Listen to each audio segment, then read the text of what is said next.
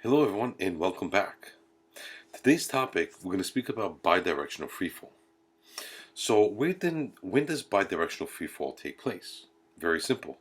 When the object changes direction, such as when the object is thrown upward and the only force that's going to act on it is the force of gravity.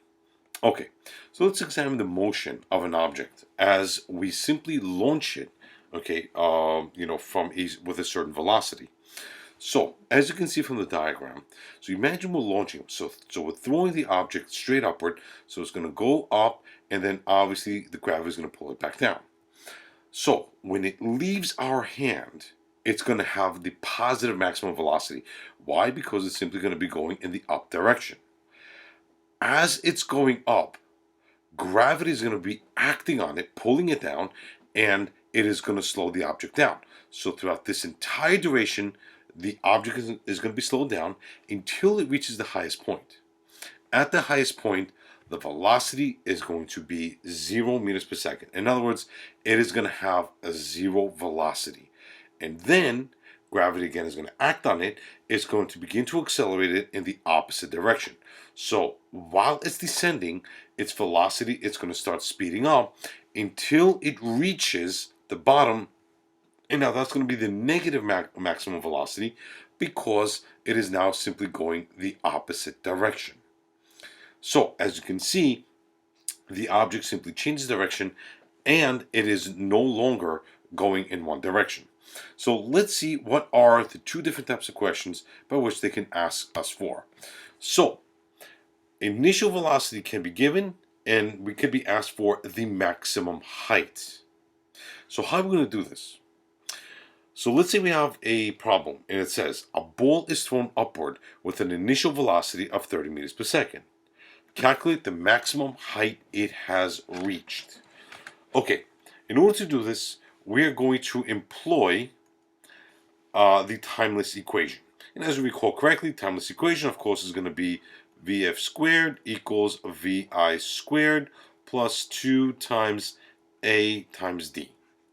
Okay, so now we're going to take as final velocity, okay, the velocity at the maximum point. And we just said from the previous slide that at the highest point, the velocity final is going to be 0. So this value over here drops to 0. Our initial velocity now is going to be positive 30 meters per second. So it's going to be positive 30 meters per second. And of course, we are not going to forget to square that. Plus 2 now times, because it's bidirectional motion, we have to now ascribe the sign of the acceleration because now it's pulling it the opposite direction.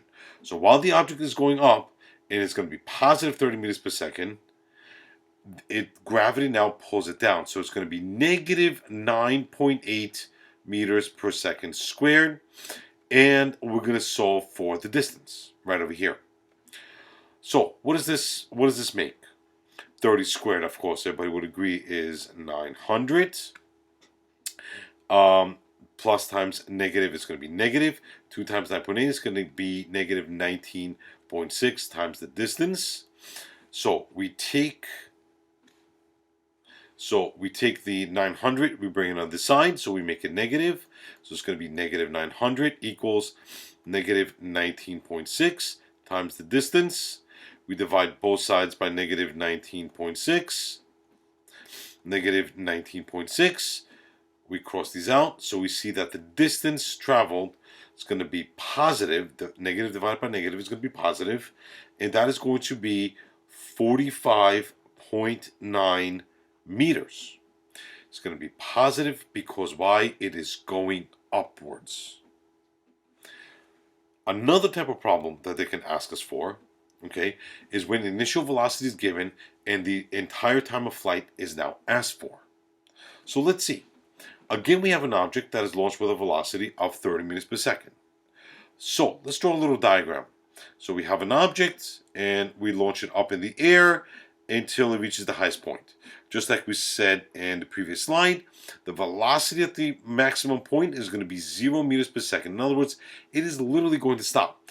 And right over here, while it's being launched, is going to be positive 30 meters per second.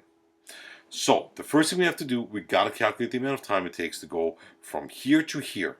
So what is this? So we're going to use Vf equals Vi plus acceleration times time. Velocity final now is going to be the velocity at the maximum, which is going to be 0. So we're going to put 0 right here. That's going to be equal now to 30 meters per second. So it's going to be positive 30 because now the object is going up. So it's going to be positive 30 meters per second plus the acceleration now. Remember, acceleration is always pulling it down. So it's going to be negative 9.8 times the time. We bring this on the side. So it's going to be negative 30 meters per second equals negative 9.8 times time, and we divide both sides by negative 9.8, negative 9.8.